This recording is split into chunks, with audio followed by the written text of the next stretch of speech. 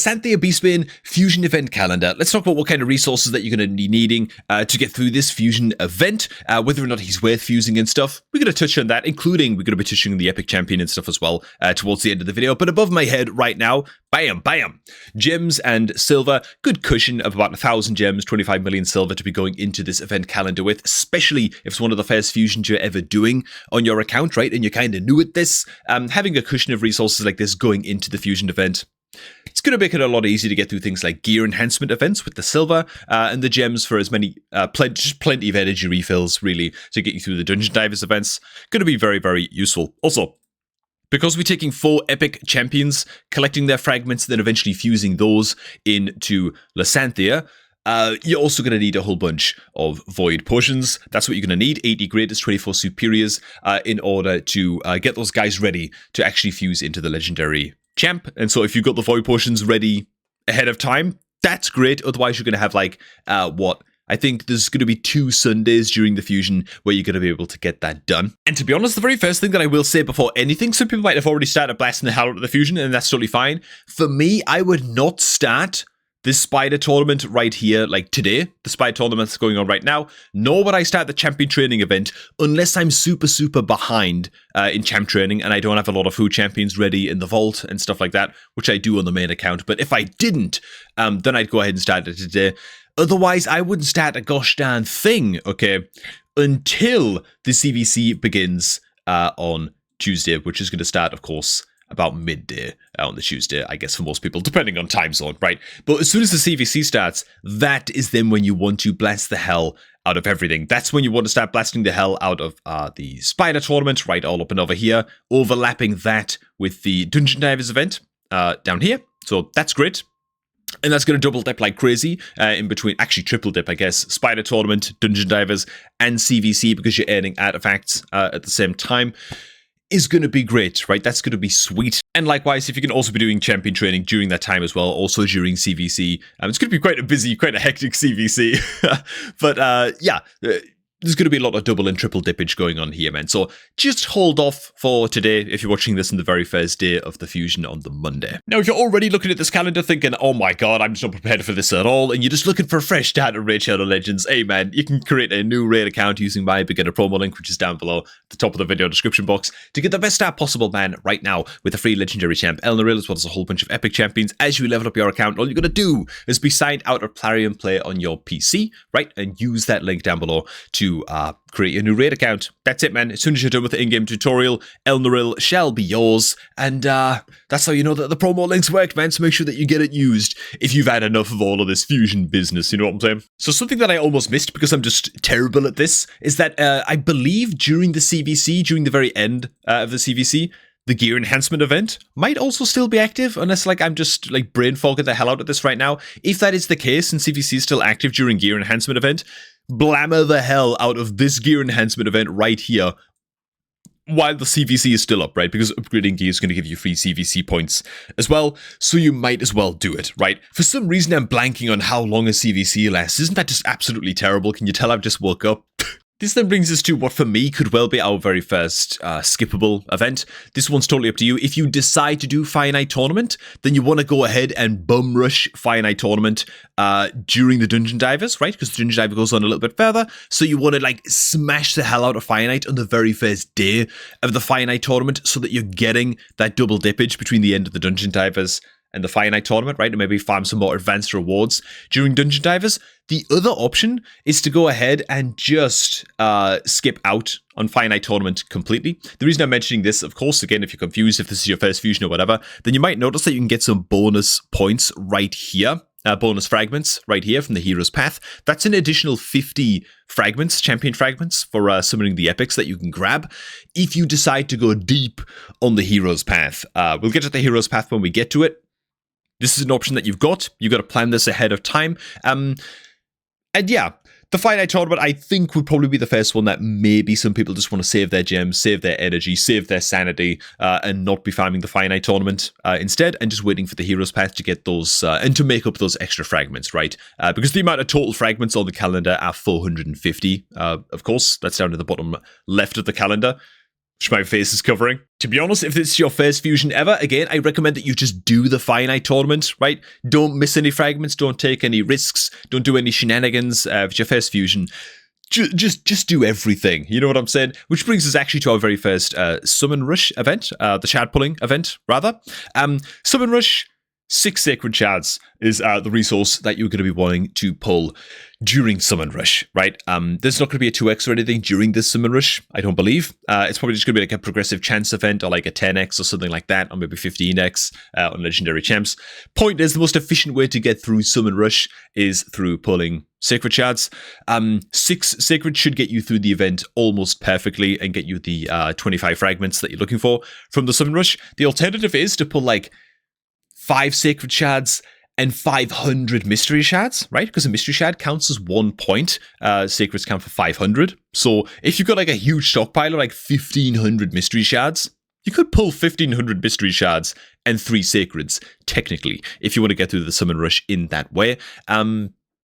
Yeah, that's more just a heads up than anything. While we're here, I'm actually, just for the sake of completionism, I'm going to go ahead and just put ticks on Classic Arena Takedown, because, frankly, they're just so gosh darn easy. Just play like 10 arena games a day, you know, or more, and you'll get it done in no time at all. They tend to be no problem for getting your hands on fragments or whatever you need for the fusion events, so you can bear that in mind too. The Dragon Tournament, of course, has a good amount of overlap right here with the Dungeon Divers down below it.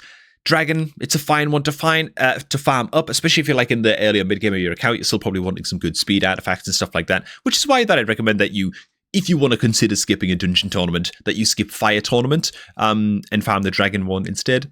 Speed gear just tends to be good enough, I think, to warrant farming Dragon a little bit more than Finite, but that's just me. It should actually be a pretty quiet midweek all up and over here as well.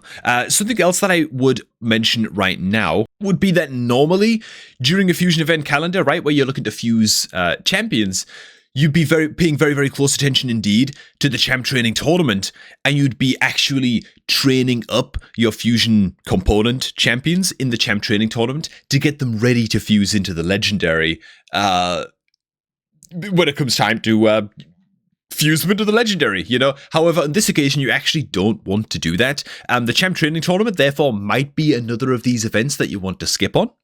It's totally up to you. It depends which one you want to skip on, of course, but I will put the little cautionary X here, as it is an option for you to go ahead and skip this and get those 25 fragments from the Hero's Path a little bit later on. Again, I'd recommend that you just do this and that you just farm the food champions and do what it takes to do the champ training tournament and don't take any risks. But that's just me. That's just the way that I play the games, with the way I play the fusions, no matter what, pretty much. But finally, getting to the Hero's Path, the reason that you don't want to be doing any champ training for your epic component champions, right, Yuzan the Marooned, is because you don't want to have actually fused those guys yet out of their fragments. You want to be saving those suckers for the Hero's Path, which I'm going to underline right now along the bottom. Hero's Path is going to be with champion fragments. Obviously, I don't know why they wrote that crap, it's obvious. Summon champions and get artifacts and accessories. There's no champion chase on this calendar, and so the Hero's Path is going to be the champion chase event, meaning that you only want to be fusing all of your epic champions, right? All of your Yuzan the Maroons during this Hero's Path itself. Even if you just fuse 3 of them during the Hero's Path, right, to get your whole bunch of points, that's like over 1,000 points. It's 1,050 points towards the Hero's Path, or in the equivalent of champion training, you know, it would be 1,050 points. It's going to be a good chunk of points towards the Hero's Path to be fusing your epics, your void epics rather, during the Hero's Path. And yeah, I'd recommend that you do that instead rather than pre-fusing them and then using them for champ training points instead. So that's what I'm going to be doing. Not fusing anything until we get to the Hero's Path event. Something else that I'll mention as well is that I don't know what shard is going to be on the 2x on Hero's Path. I've totally forgotten. It could be Sacreds. Could be Sacreds. I don't think it's Sacreds, though. Might just be Ancient Shards, 2x on Ancients. What we know that it isn't is Void Shards. It's not going to be a 2x on Voids. We've just had that like very, very recently. Probably a 2x on Ancients, maybe on Sacreds for the Hero's Path. To get us most of the way through that. Also overlapping with this is going to be an Ice Golem tournament, and so farm that as and when you need it. You can potentially go ahead and skip this instead of the champ training if you decide to do that. of course. Again, this is going to be very, very personal to your account and what you feel works best for you and which event you want to skip and save resources on. But yeah, Hero's Path, we can expect to be pulling about like 70, 75-ish ancients. Even if there's a 2x, you got to give yourself some leeway. You might just get very, very unlucky and just hit like a very, very small amount of epic champions to get a very, very small amount of points. So I'd recommend at least 70 ancient shards going into this. If pulling shards for this Hero's Path does take sacreds and it's sacreds on a 2x, that's going to suck a lot. I haven't actually got like the little graphic ready to put on the calendar. I hope it's not sacreds. It might not be. Some of you guys might already know, actually based on the cadence of past shard pulling events in the future, but it'll end up being like 9 or 10 or 11 sacreds or something. It's very, very luck dependent when you're pulling sacreds for a champ chase style event, which this Hero's Path is going to be. And then getting the extra fragments, you're probably looking at pulling like 15 sacreds, 16 sacreds or something stupid, you know what I'm saying? So, yeah, I really, really hope that it's not sacreds. Now, it might also be worth mentioning as well that towards the end of the calendar, there's going to be another CVC starting on the Tuesday right here. But that's in a non-personal rewards CVC, and so I wouldn't feel super mega compelled to be saving all of your resources to dump everything during this CVC instead or whatever, and being too worried about doing all of that, getting all your fusions done during that CVC. But it's something that you can do if you want to wait to fuse Lysanthir until the non-personal rewards CVC starts on the Tuesday 22nd. You can do that, I guess. It's an option that you've got if you don't want to, for whatever reason, fuse him during the Hero's Path and push yourself towards some of the higher tier rewards. That, again, is sort of your call to make, whether you fuse the guy during this or during this. And so, yeah. Now, as for the actual champions themselves, if my OBS can sort itself out, honestly, the epic champion for my free-to-play account's like 30 days old. Yeah, I'm gonna be getting this guy. I'm gonna be fusing this guy via the fragments. I think he's fine. The A1's fine. A little bit of healing on the A1. A2's an attack all enemies, 3-turn cooldown, 100% chance of removing 2 buffs from all enemies. Heals himself for any buff removed by the skill, which is tied to his passive as well, which is whenever this champion heals themselves, also heal all allies by 20% of the surplus heal. So you just get a good bit of value from that buff strip on the A2. I'm struggling to think of like good PvE areas in the game where it's like particularly useful. I'm just blanking on that right now, but it's fine. I'm sure it's great somewhere. And then on the A3, doesn't require many skill books either, kind of, at least for the A3, pretty good.